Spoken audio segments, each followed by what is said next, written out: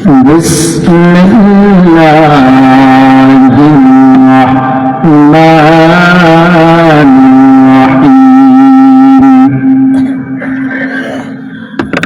يا أيها الذين آمنوا اتقوا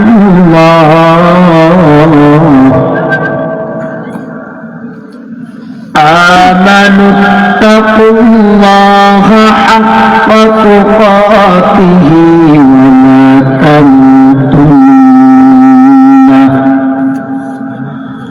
ولا تموتن إلا وأنتم مسلمون.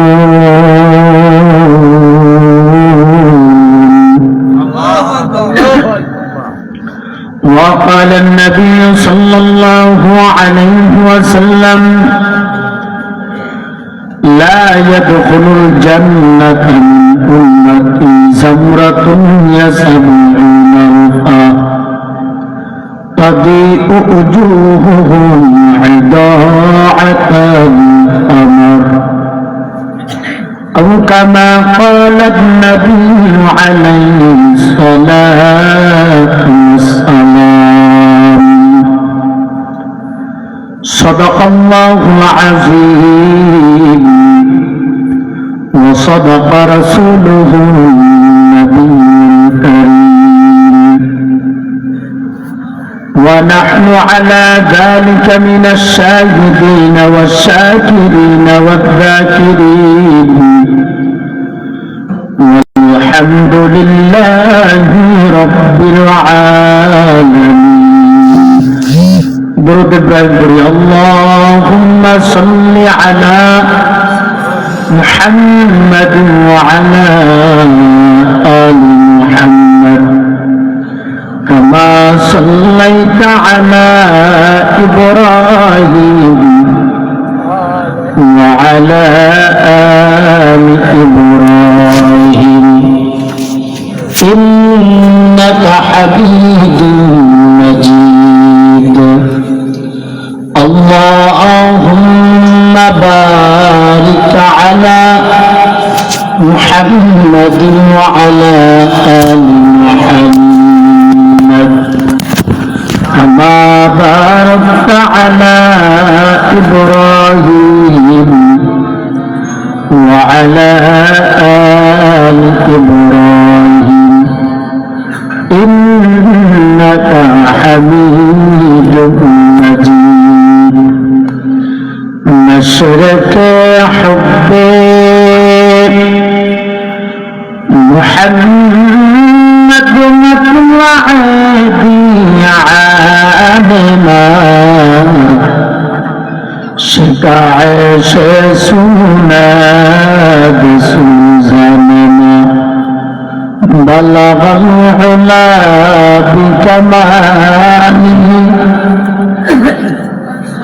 كشف الدجى بجماله حسنت جميع خصاله صلوا عليه وآله غفر وزحر بشأ جانما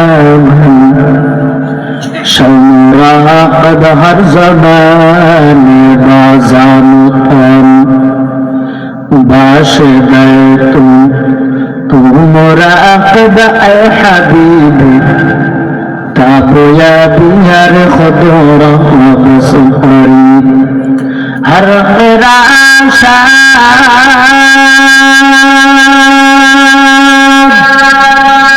نام حق ورد زادا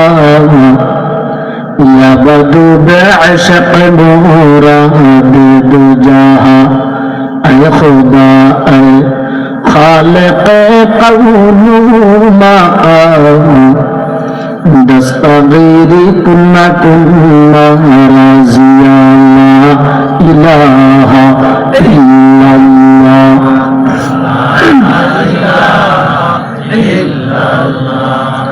لا إله ইল্লাল্লাহ লা ইলাহা ইল্লাল্লাহ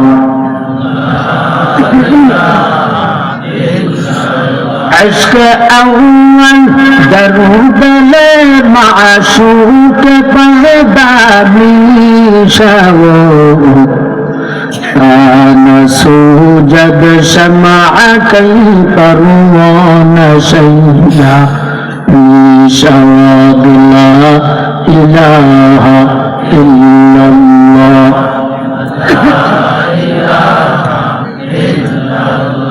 لا إله إلا الله محمد رسول الله سبحانك لا علم لنا إلا ما علمتنا إنك أنت العليم الحكيم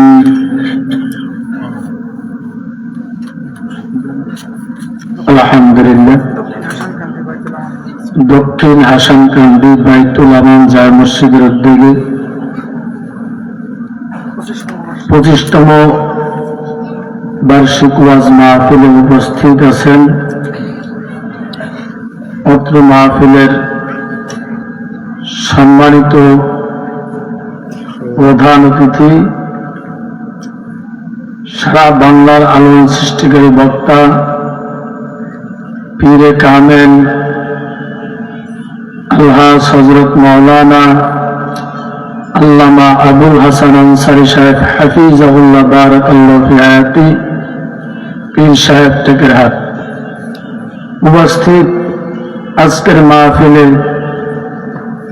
জনাব হযরত মাওলানা আলহাজ হযরত মাওলানা গোলাম মাওলা সাহেব দামাত বারাকাতুল্লাহ আলিয়া সম্মানিত আরবি প্রভাষক ঐতিহ্যবাহী টেকেরহাট কামিল মাদ্রাসা উপস্থিত সামনে উপবিষ্ট সম্মানিত মুরাব্বিনে কেরাম মুরাব্বিনে আযম দরদি যুবক ভাইরা পর্দার আড়ালে অবস্থানরত শ্রদ্ধে আর সম্মানিত মা বোনেরা আল্লাহ পাকের দরবারে লাখো কোটি শুকরিয়া আদায় করি যে মহান রব্বুল আলামিন আপনাকে আমাকে পছন্দ করে ভালোবেসে এই মহতে মজলিসে আসার এবং বসার তৌফিক এনায়েত করেছেন। এই জন্য মহান স্রষ্টার নেয়ামতের শুকর দিল থেকে আদায় করি আলহামদুলিল্লাহ। দুরূদ ও সালাম পাঠ করে সরকারে কায়নাত জনাবে মুহাম্মদুর রাসূলুল্লাহ সাল্লাল্লাহু আলাইহি ওয়াসাল্লাম। আমি আপনাদের সামনে মুখতাসার কিছু কথা বলার জন্য কোরআনুল কারীমের 114টি সূরার মধ্যে 4 নম্বর পারার সূরা আল ইমরানের 2 নম্বর পৃষ্ঠা 102 নম্বর আয়াতে কারিমা তেলাওয়াত করেছি। রাসূল আকরাম সাল্লাল্লাহু আলাইহি ওয়াসাল্লামের পাক জবান থেকে অগণিত হাদিস থেকে একটি হাদিস পড়েছি। আল্লাহ পাক আমাদের সকলকে ইখলাসের সাথে আমলের নিয়তে হেদায়েতের উদ্দেশ্যে কিছু কথা বলার এবং শ্রবণ করার তৌফিক দান করেন। আমিন। এই যে এতক্ষণ হুজুর বয়ান করলেন, আমি যতক্ষণ বয়ান করব আল্লাহ যতক্ষণ করার তৌফিক দান করবেন। এই কথাগুলোর দ্বারা আমরা ইহকাল এবং পরকালীন জীবনে লাভবান হব, উপকৃত হব, এরকম আশাবাদী কাদের হাতুসা ধরে হাতুসা করেন। অনেকে হাতুসা নেই, আবার হুজুর কি নাকি কয়। যদি এই কথার দ্বারা আপনি যদি ইহকাল এবং পরকালীন জীবনে যদি কামিয়াব হাসিল করতে যান, এই কথাগুলো দিল থেকে গুরুত্ব সহকারে শুনতে হবে। কারণ আমি আজিজুর রহমান মানুষটা দেখতে কেমন একটু ছোট টাইপের, গায়ে গোস্ত মস্ত কম, মানানসই না আর কি। এই ক্ষেত্রে অনেকে আমার তুচ্ছ মনে করতে পারে, এটা স্বাভাবিক। বাকি এখানে এমনও ব্যক্তি আছে আমার থেকে জ্ঞানে গুণে অনেক উপরে, তারপরও মনে করতে পারেন যে ধুর উনি আর কি করবে, এটা স্বাভাবিক। কিন্তু আমার জবান থেকে যে কথাগুলো আল্লাহ বের করবেন এটা তোমার ব্যক্তিগত কথা না, এই কথা কোরআনের কথা নাকি বলেন? তা আমি ব্যক্তিকে মর্যাদা না দেন সেটা ভিন্ন ব্যাপার, কিন্তু কোরআনকে তো মর্যাদা দিতে হবে। কোরআনের কথাগুলো তো দামি নাকি? সে কথাগুলো দিলের কান দিয়ে শুনুন। কারণ একটু শব্দটা কমাই দেন, সাউন্ড কমাই দেন। কারণ এবার ঠিক আছে, দুনিয়াতে যত পয়গম্বর আল্লাহ তাআলা প্রেরণ করেছেন সব পয়গম্বরের একই কাজ হলো মানুষকে আল্লাহ তাআলার একাত্মবাদের দিকে আহ্বান করা, সঠিক রাস্তা দেখাই দেওয়া। আল্লাহ তাআলা সমস্ত পয়গম্বরদের উপরে দ্বীনের দাওয়াতের দায়িত্বকে অর্পণ করেছিলেন। পয়গম্বরদের বিদায় হয়ে যাওয়ার পরে তাবি সাহাবায়ে কেরাম রাদিয়াল্লাহু তাআলা আনহু তাদের উপরে দায়িত্ব অর্পণ করা হয়েছে। তানাদের ওফাত হওয়ার পরে তাবি যারা ছিলেন তারাই দায়িত্ব পালন করেছেন। তাবিদের বিদায়ের পরে তাবে তাবিন, কথাগুলো খেয়াল করে শুনবেন ভাইজানরা। এরপরে আইম্মায়ে মুস্তাহিদিন, তাদের পরে হক্কানি উলামায়ে কেরাম। কারণ ইন্নাল উলামা ওয়ারাসাতুল আম্বিয়া, উলামায়ে কেরাম হচ্ছেন নবীদের ওয়ারিস। আর এই দাওয়াত প্রচার করার জন্য, কোরআনের কথা প্রচার করার জন্য, আল্লাহর একাত্মবাদের দিকে মানুষকে আহ্বান করার জন্য, দ্বীনের সঠিক রাস্তা মানুষকে দেখানোর জন্য উলামায়ে কেরামের উপরে দায়িত্ব অর্পণ করেছেন। আমরা হলাম পথ দেখাই দেওয়ালা, এরা তো তরিক, আমার দায়িত্ব হলো রাস্তা দেখাই দেওয়া, যে এই পথে আপনি চললে এই পথ আপনি সহজে নির্ভয়ে আসানের সাথে আপনি আপনার গন্তব্যে পৌঁছাইতে পারবেন। এটা আপনার জন্য বিপদমুক্ত একটা রাস্তা, আর এই রাস্তা আপনার জন্য বিপদযুক্ত, আপনার জন্য বিপদ অপেক্ষমান। এ পথে চলিয়েন না। এখন ওই কোন পথে চলবেন কি চলবেন না সে দায়িত্ব আপনাদের, রাস্তা দেখাই দেওয়ার দায়িত্ব আমাদের। ঈসা আলাইহিল মাতলুব গন্তব্যস্থান পর্যন্ত পৌঁছানোর মালিক হলেন একমাত্র আল্লাহ। তো হেদায়েতের মালিক একমাত্র কে ভাইজান? আরো জোরে বলেন কে? আল্লাহ। মান ইয়াহদিল্লাহু ফাহুয়াল মুহতাদ ওয়া মান ইউদ্লিল ফালান তাজিদ লাহু ওয়ালিয়্যাম মুরশিদা। আল্লাহ তাআলা যাকে হেদায়েত দান করেন পৃথিবীর কেউ তাকে পথভ্রষ্ট করতে পারে না। আল্লাহ যাকে পথভ্রষ্ট করেন পৃথিবীর কেউ তাকে হেদায়েত দিতে পারেন না। তবে ভাই আপনার দিল এবং মন আমার দিকে থাকতে হবে। একটা নিয়ত করে বয়ান শুনবে যে আমি কোরআনের বয়ান শুনতেছি, কোরআন থেকে দামি গ্রন্থ আছে নাই। আমি আজিজুর রহমানের কথা শুনি না, আমি আবুল হাসান সাহেবের কথা শুনি না, আমি শুনি কোরআনের কথা। আর আমি এই কথা শুনি আমার হেদায়েতের জন্য, আমলের নিয়তে, আল্লাহ সন্তুষ্টির জন্য, আমার ইসলাম ঠিক করার জন্য, আমার হায়াতে জিন্দেগিটা যেন ঈমান ও আমলের সাথে পরিচালিত হতে পারে, এই নিয়তে বয়ান শুনবেন। অন্তরের কথা আল্লাহ ভালো জানেন, তাহলে এই কথার দ্বারা আল্লাহ আপনাকে আমাকে হেদায়েত দিতে পারেন। আর যদি ভিন্ন কোনো মত থাকে, ভিন্ন দিকে ধান্দা নিয়ে যদি কথা শোনেন, তাহলে যাওয়ার সময় খিচুড়ি খেয়ে যাবেন, আর কিছু পাবেন না। ওটা বলছে অশৃঙ্খলা করব, কিছু কিছু কথা মানুষকে বুঝাইতে হয়। আমার এক ওস্তাদ বলতেন, দুইজন মানুষ মুখোমুখি হয়ে কথা বলতেছে, দুইজনের দূরত্ব হলো 1 হাত। একজন তার কথা, মনের কথা আর একজনের কাছে ব্যক্ত করতেছে, তার কথা তার কানে প্রবেশ করতেছে কিন্তু অন্তরে বসতেছে না। কারণ কানের ভিতর থেকে তার কথাগুলো প্রবেশ করে ঠিক, কিন্তু অন্তরে বসে না, কারণ তার মন ছিল আর এক দিকে। তারা মন ছিল কোন দিকে?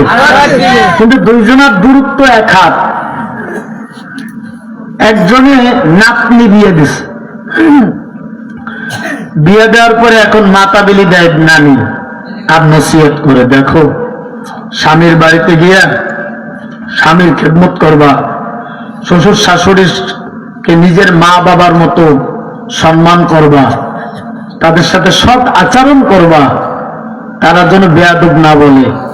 এভাবে আধা ঘন্টা নসিহত করার পর কি বলছে এখন বলো, বলে 19টা গেছে আর একটা ঢুকলে 20টা পূর্ণ হয়। মানে নানি যখন নসিহত করে তখন উনি গর্তে পিপিলিকা প্রবেশ করতেছে, পিপিলিকা গুনতেছে কয়টা ঢুকলো। হ্যাঁ, আর একটা ঢুকলেই 20টা পূর্ণ হয়ে যায়। তাহলে নানির কথা কানে ঢুকছে ঠিক, কিন্তু অন্তরে বসে নাই, কারণ তার মনটা ছিল কোন দিকে? গর্তের পিপিলিকার দিকে। তা আমি এই আধা ঘন্টা 1 ঘন্টা যাই বয়ান করি, যদি আপনারা মনটারে ভিন্ন দিকে দেন যে কোন সময় খিচুড়ির টোপলা আসবে, তাইলে এই নাতনির মতো অবস্থা হবে। ঘুমাইতেছেন নাকি আপনারা? হাত ইচ্ছা করেন কি না? আল্লাহু আকবার। এবার হুজুর খিচুড়ি দিয়েন তো আমার যোগ্য। আমার আল্লাহ রাব্বুল আলামিন বলেন, ইয়া আইয়ুহাল্লাযীনা আমানুত্তাকুল্লাহ, হে ঈমানদার বান্দা বান্দিগণ, আমি আল্লাহ তাআলাকে ভয় করো, যেভাবে করার দরকার সেভাবে ভয় করো। হাক্কা তুকাতিহি ওয়া লা তামুতুন্না ইল্লা ওয়া আনতুম মুসলিমুন। আল্লাহ বলেন, খাঁটি মুসলমান না হয়ে তোমরা মৃত্যুবরণ করিও না। খাঁটি মুসলমানের অর্থ হল পরিপূর্ণ তাকওয়া অর্জন করা। হযরত আব্দুল্লাহ ইবনে আব্বাস রাদিয়াল্লাহু তাআলা, আব্দুল্লাহ ইবনে মাসউদ রাদিয়াল্লাহু তাআলা, ইবনে আব্বাস রাদিয়াল্লাহু তাআলা ও হাসান বসরি রাহমাতুল্লাহ আলাইহি, তারা তাদের বর্ণনা মতে পয়গম্বর আরবি বলেন, তাকওয়ার একটা হক আছে। সেই তাকওয়ার হক হলো আল্লাহ তাআলার অনুগত্য অনুযায়ী তার জীবনকে পরিচালনা করা, আল্লাহ তাআলার অনুগত্যের বাহিরে কোনো কাজ না করা। ইবনে আব্বাস রাদিয়াল্লাহু তাআলা বলে, তাকওয়ার আরেক অর্থ হলো, তাকওয়ার আরেক হক হলো আল্লাহ তাআলাকে ভয় করে প্রত্যেকটা গুনাহ থেকে হাজার চেষ্টা করে গুনাহ থেকে নিজেকে হেফাজত রাখা। গুনাহ থেকে নিজেকে হেফাজত রাখবে, আল্লাহ তাআলার ভয় অন্তরে পয়দা হয়ে যাবে। এর বান্দা খাঁটি মুসলমানের অর্থ হলো বান্দা আল্লাহ তাআলার পরিপূর্ণ বিধি বিধানকে মেনে চলার নাম হলো খাঁটি মুসলমান। আল্লাহ রাব্বুল আলামিন বলেন, ইয়া আইয়ুহাল্লাযীনা আমানুত্তাকুল্লাহ, আল্লাহ রাব্বুল আলামিন বলেন, আমি আল্লাহ তাআলাকে ভয় করো, কারণ যার অন্তরে মালিকের ভয় নাই সে মালিকের মালকে হেফাজত রাখতে পারে না। যেই ছাত্রর অন্তরে ওস্তাদের ভয় নাই ওই ছাত্র ওস্তাদকে মানতেও পারে না, আর যেই ছাত্র ওস্তাদকে মানে না সে হয় চূড়ান্ত বেয়াদব, আর বেয়াদবের পরিণত বড় ভয়ঙ্কর। ভাইরা আমার, এই জন্য আল্লাহ কোরআনের বহু জায়গায় ওয়াত্তাকুল্লাহ শব্দটা ব্যবহার করেছেন। ওয়াত্তাকুল্লাহ, আমি আল্লাহ তাআলাকে ভয় করো, হাক্কা তুকাতিহি ওয়া লা তামুতুন্না ইল্লা ওয়া আনতুম মুসলিমুন। খাঁটি মুসলমান না হয়ে মৃত্যুবরণ করো না, কবরে আসিও না। এই দুনিয়ার জিন্দেগিটা তোমার জন্য স্থায়ী জিন্দেগি না, এটা তোমার জন্য স্থায়ী জিন্দেগি এরে বান্দা। আর আখিরাতের জিন্দেগি তোমার জন্য স্থায়ী জিন্দেগি, যার শুরু আছে কোনো শেষ নাই। যেখানে একবার পদার্পণ হওয়ার পরে দ্বিতীয়বার অস্থায়ী জিন্দেগিতে ফিরে আসার কোনো অবকাশ নাই। ভাইরা আমার, এই যে পয়গম্বর আরবি রমজানের আগে একটা দোয়া বেশি বেশি পড়তেন। আমি বুঝানোর ক্ষেত্রে ধারাবাহিক টেনে আনবো মূল জায়গায়। পয়গম্বর আরবি বেশি বেশি রমজানের আগে এই দোয়াটা পড়তেন, আল্লাহুম্মা বারিক লানা ফি রজব ওয়া শাবান ওয়া বাল্লিগনা রমাযান। আয় আল্লাহ, রজব এবং শাবান মাসে আমাদেরকে বরকত দান করো, রমজান পর্যন্ত হায়াতকে বাড়ায় দেও। রমজান পর্যন্ত কেন হায়াত চাইলেন? কোন খারাপ কথা বলতেছে?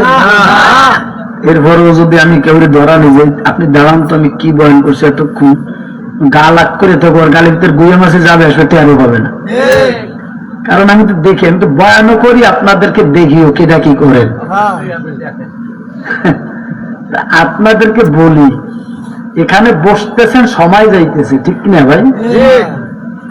আজকে মাহফিল না হলে, মাহফিলে নাও আসলে নিশ্চয়ই বাড়ি দিয়ে ঘুমাইতেন। এই ঘুম কামাই দিয়ে এখানে বসছেন।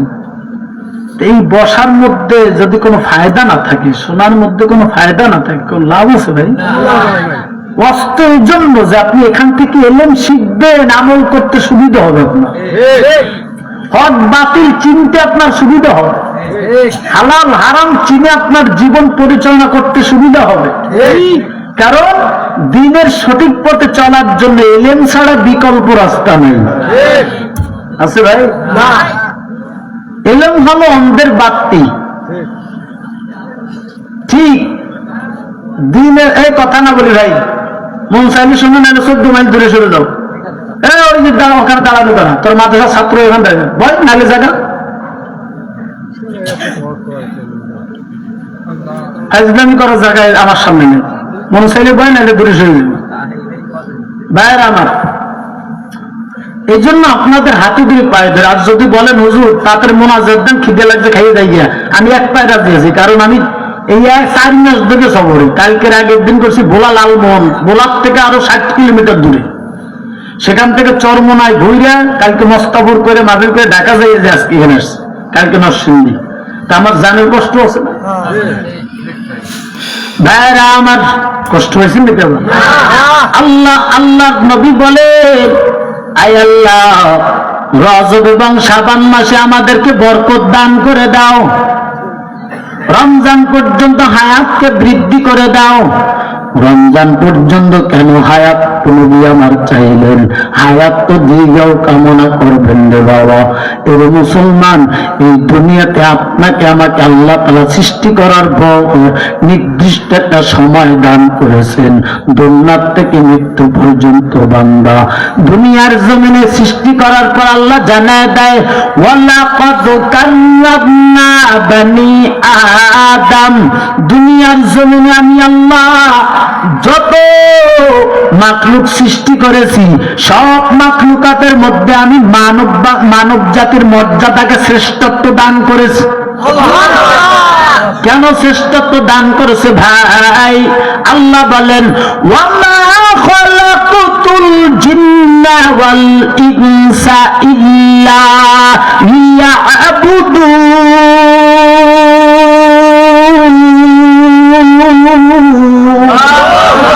মা খালাকতুল জিন্না ওয়াল ইনসি বিগৈরি ইবাদাত ইস্তামাকসাদ যাহা।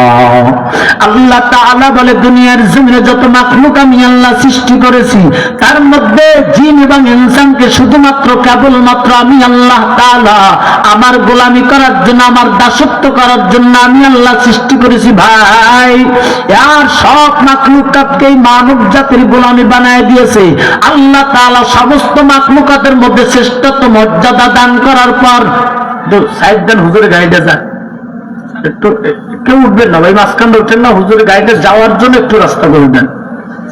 হুজুর অসুস্থ মানুষ, চলে যাচ্ছেন, একটু সাইড দেন। আল্লাহ আল্লাহু আকবার।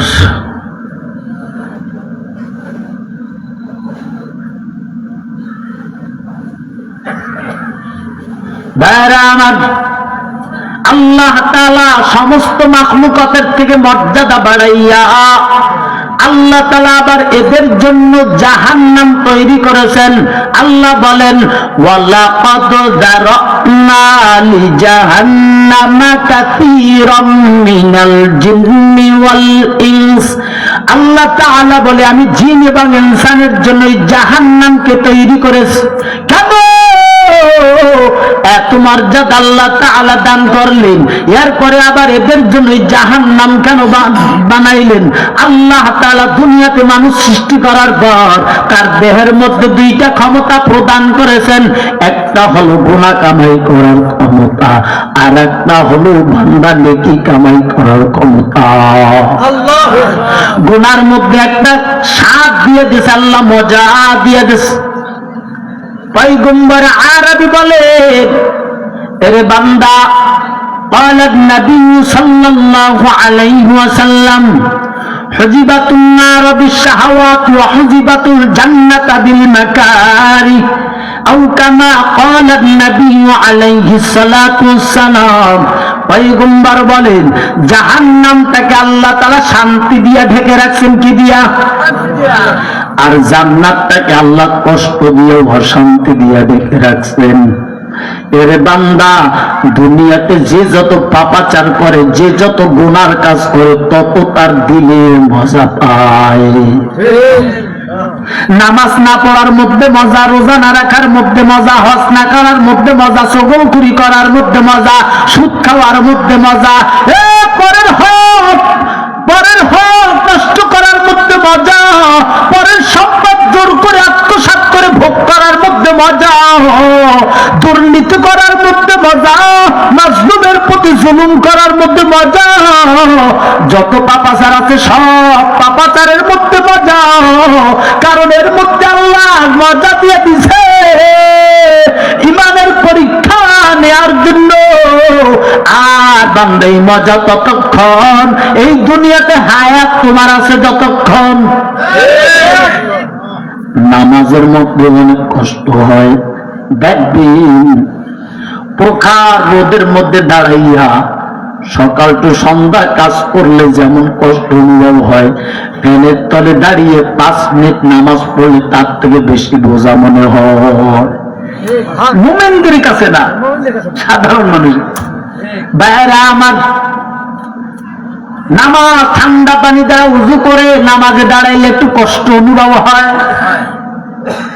ভালো কাজ না খারাপ কাজ? রমজান মাসে নাকি উপবাস থেকে রোজা রাখলে কষ্ট অনুভব হয়? অনেক কষ্ট হয় না? কষ্ট হয়, কিন্তু ভালো কাজ না খারাপ কাজ? ভাইরা আমার, হারাম সম্পদ থেকে নিজেকে হেফাজত রেখে হালাল সম্পদ উপার্জন করে ভোগ করার মধ্যে কষ্ট। এই কষ্ট ততক্ষণ জীবনটা আছে যতক্ষণ।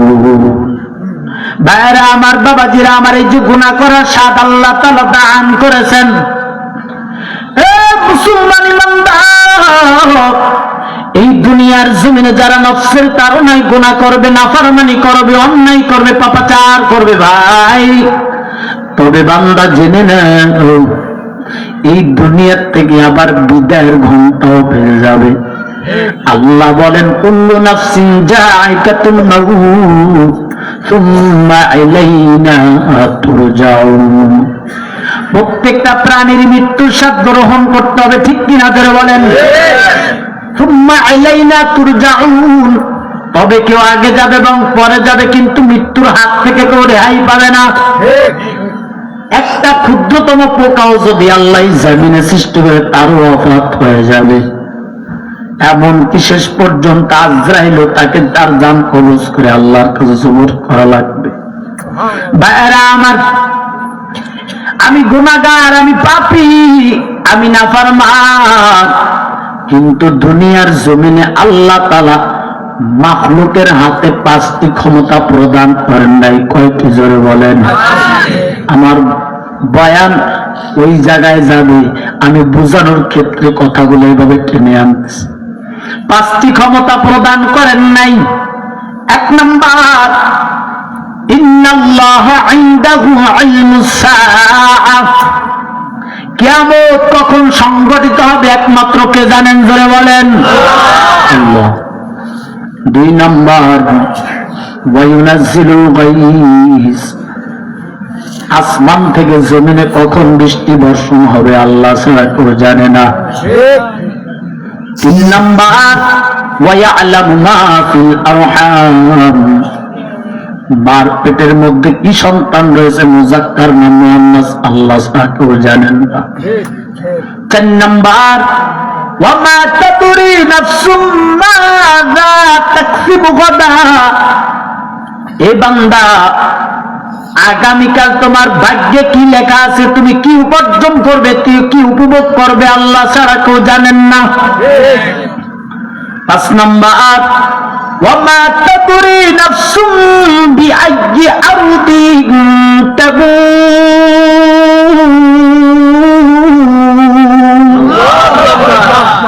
মৃত্যু কখন কোন অবস্থাতে কোথায় হবে এটা আল্লাহ ছাড়া কেউ জানেন না। এই 5টি ক্ষমতা আল্লাহ নিজ কুদরতি হাতে রেখে দিয়েছেন, মাখলুকের হাতে প্রদান করেন নাই। ভাইরা আমার, গত মাসের 15 তারিখ রাজশাহীর উদ্দেশ্যে চাঁপাইনবাবগঞ্জ প্রোগ্রামের রওনা করলাম। যখন আমি মাঝ পথে গিয়েছি, দেখি দীর্ঘ কয়েক কিলোমিটার রাস্তা জাম করে আছে। গাড়ির থেকে নেমে দেখলাম একটা ট্রাক আর একটা প্রাইভেট কার অ্যাক্সিডেন্ট হয়েছে, মুখোমুখি সংঘর্ষ হয়েছে। ওই প্রাইভেট কারে যেই 4 থেকে 5 জন লোক ছিল, কারো হাত নাই, কারো পা নাই, কারো মাথা নাই, কেউ গাড়ির মধ্যে ভর্তা হয়ে গেছে। এরা ঢাকা থেকে রাজশাহী অথবা বগুড়া রংপুরের দিকে রওনা করেছে। বান্দা যমুনা ব্রিজ পার হয়ে যাওয়ার পরে এমন দুর্ঘটনা ঘটেছে।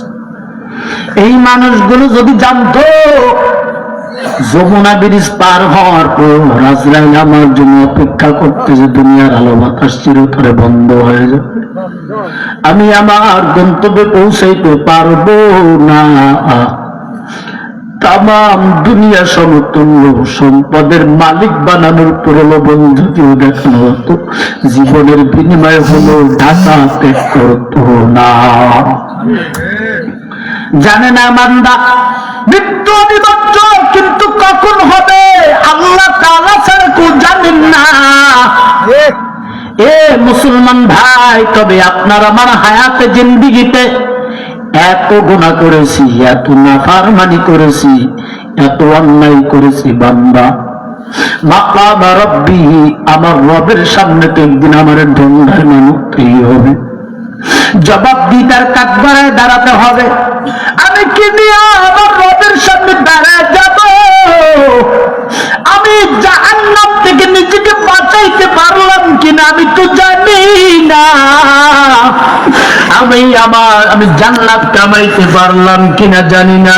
এজন্য পয়গম্বর আরবি রমজান পর্যন্ত হায়াত পেয়েছেন, কারণ রমজান মাস এমন একটা মাস আল্লাহ তাআলা বলেন শাহরু রমাদানাল্লাযী উনজিলা ফীহিল কুরআনু হুদাল লিন্নাস ওয়া বায়্যিনাতিন মিনাল হুদা ওয়াল ফুরকান।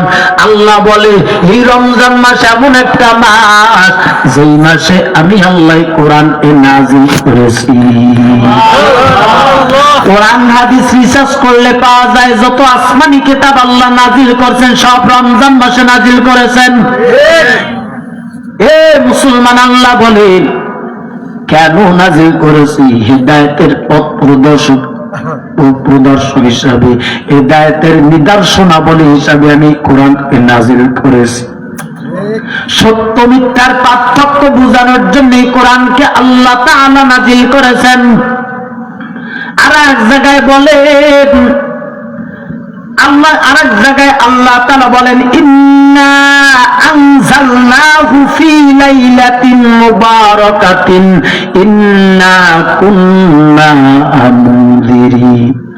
আমি একে নাযিল করেছি এক বরকতময় রাত্রে। সুবহানাল্লাহ, সুবহানাল্লাহ। ভাইরা আমার, বাবাজিরা আমার, এই রমজান মাস এমন একটা মাস যেই মাসে রমজান মাসের একটা ফরজ রোজা আর অন্য মাসের হাজার নফল রোজার থেকে এই রমজান মাসের ফরজ রোজার মূল্য বেশি।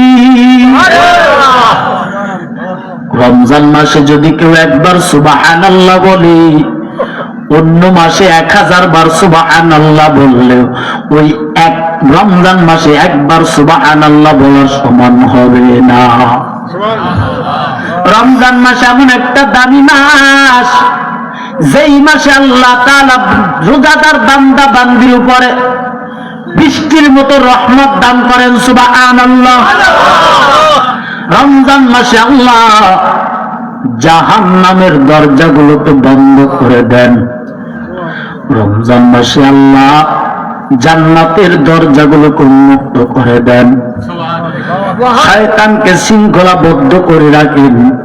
এই রমজান মাসের রোজা আল্লাহ কেন ফরজ করেছেন ভাই?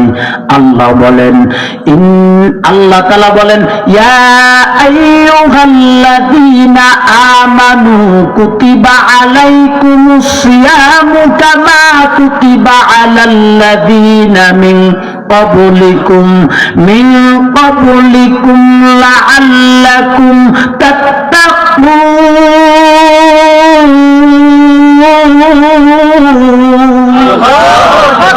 আল্লাহ বলে ইমানদার বান্দা বান্দিগণ, এই রমজানের রোজা তোমাদের উপর ফরজ করা হয়েছে। শুধু তোমার একই জামানার পয়গম্বরের উম্মতের উপর ফরজ করছে তা না, অন্য জামানার নবীদের উপরে রমজানের রোজা ফরজ করা হয়েছিল। কেন ফরজ করেছি? লাআল্লাকুম তাত্তাকুন, বান্দার তাকওয়া অর্জন করার জন্য। এই রোজার মাধ্যমে অন্তরের মধ্যে আল্লাহর ভয় পয়দা করার জন্য, আল্লাহ তাআলার পরিচয় লাভ করার জন্য। এই রমজান মাস এমন একটা মাস, পয়গম্বর আরবি বলেন ক্বালান নবী সাল্লাল্লাহু আলাইহি ওয়াসাল্লাম, পয়গম্বর আরবি বলেন মান সামা রমাযান ঈমানান ওয়া ইহতিসাবান গুফিরা লাহু মা তাকদ্দামা মিন যামবি আও কামা ক্বালান নবী আলাইহিস সালাতু ওয়াস সালাম। ইখলাসের সাথে আল্লাহ তাআলার সন্তুষ্টির জন্য সওয়াবের উদ্দেশ্যে সিয়াম রমজানের পবিত্রতা রক্ষা করে যারা রমজান মাসের রোজা পালন করবে তাদের পূর্বের 1 বছরের সমস্ত গুনাহ আল্লাহ মাফ করে দিবেন। মুসলমান ইমানদার, পয়গম্বর বলেন আমি একজন গুনাহগার পাপী। নবীরা তো গুনাহগার হন না, নবীদের কোনো গুনাহ নাই, নবীরা নিষ্পাপ মাসুম বেগুনাহ। উম্মতদেরকে শিক্ষা দেয় এ বান্দা কখন জানি মরণের ঘন্টা বাজিয়া যায়, নফসের তাড়নায় পড়িয়া জীবনে অসংখ্য গুনাহ করেছি। উনি বাড়ি কিছু নিয়ে যেতে পারবে না, ধাক্কা দিয়ে আর আমি বসে না, তুমি শয়তান ধোঁকা ধরে শুনিস না, এভাবে বসেন, এইভাবে বসেন, হাত উঁচু করেন, হাত যাই দেন, যাই দেন। আর ঘুমাবেন না, ঘুমাবেন না, শয়তানে আপনার পিছনে লাগছে, যা শুনিস না তোর জন্য গজব, কথা ঠিক কিনা? ইয়া আইয়ুহাল্লাযীনা আমানু দুখুলু ফিস সিলমি কাফা ওয়ালা তাত্তাবিউল খুতুওয়াতিশ শাইতান। আল্লাহ বলে তোমরা শয়তানের পদাঙ্ক অনুকরণ করিও না, নিশ্চয়ই শয়তান তোমাদের প্রকাশ্য শত্রু। শত্রু কখনো শত্রু ভালো চায়? হ্যাঁ, ভালো চায়? ও শয়তান এনে ঘুরতেছে যে কার ভিতরে ঢোকা যায়, যে তাজা ইমান নিয়ে আসছে তার ধারে কাছে আসতে পারতেছে না। আর যে খিচুড়ি খাওয়া দাম দেয় সব দাঁড়িয়ে বইছে যে দোস্ত এ শুনিস না, তুই এ শুনি তোর বিপদ আছে, বোঝেন না আমার কথা? এই জন্য ঘুমাবেন না কেউ, রাজি আছে? কারা কারা রাজি নাই আপনার গান?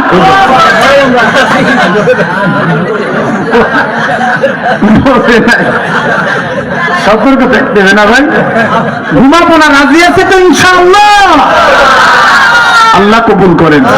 আমার সহজ সরল ভাইরা, বাবাজিরা, চাচারা, আল্লাহ আপনাদেরকে কবুল করেন, দোয়া করে দেন। ভাইরা আমার, বাবাজিরা আমার, এ বান্দা, এই রমজান মাস এমন একটা মাস যার কারণে পয়গম্বর বলেন রমজান পর্যন্ত হায়াত বাড়ায় দেও, যদি রমজান মাসে ইন্তেকাল হয়ে যায় আল্লাহ যদি চায় আমাকে রমজান হিসেবে মাফ করে দিতে পারি। ভাইরা আমার, বাবাজিরা আমার, আল্লাহ রাব্বুল আলামিন মুমিন বান্দা বান্দীদেরকে সুসংবাদ প্রদান করেন, ইন্নাল্লাযীনা আমানু ওয়া আমিলুস সালিহাতি কানাত লাহুম জান্নাতুল ফিরদাউসি নুজুলা। আল্লাহ বলেন নিশ্চয়ই যারা ঈমান এনেছে আমি রবের উপরে, আমলে সালেহ করেছে, আল্লাহ বলেন আমি অঙ্গীকার করলাম আমি আল্লাহ তাআলা তাকে জান্নাতুল ফিরদাউস দান করব। পয়গম্বর বলেন কেউ যদি আল্লাহ তাআলার কাছে জান্নাত কামনা করে সে যেন জান্নাতুল ফিরদাউস কামনা করে, কারণ জান্নাতুল ফিরদাউস হলো সমস্ত জান্নাত থেকে বড় জান্নাত। আল্লাহ স্বয়ং নিজে অঙ্গীকার করছেন যে যারা ঈমান আনবে কার উপরে আর আমলে সালেহ করবে। আমলে সালেহ কাকে বলা হয়? আল্লাহ বলেন ইন্না সালাতি ওয়া নুসুকি ওয়া মাহইয়ায়া ওয়া মামাতি লিল্লাহি রাব্বিল আলামিন।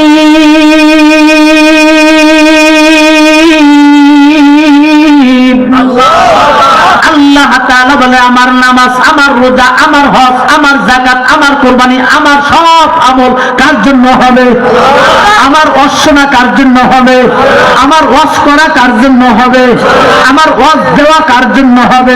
সব আমল আল্লাহর জন্য হবে গো।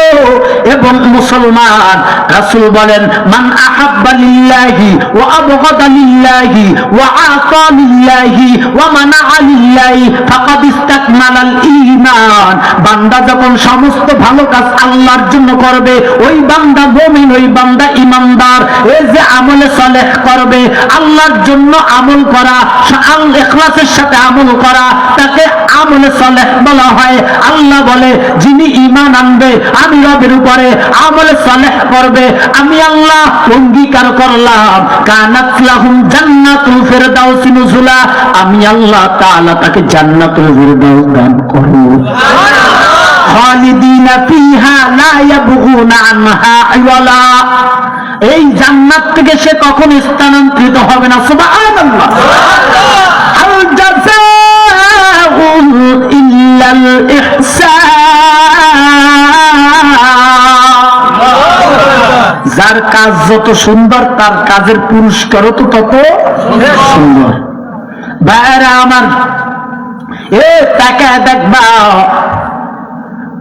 যদি রাতের খানা খেতে চাও স্ত্রী সন্তান নিয়া ঘরের ভিতরে ল্যাপ মুড়ি দিয়া ঘুমাইয়া খানা চাইবা, খানা দাও খানা দাও, সম্ভব না।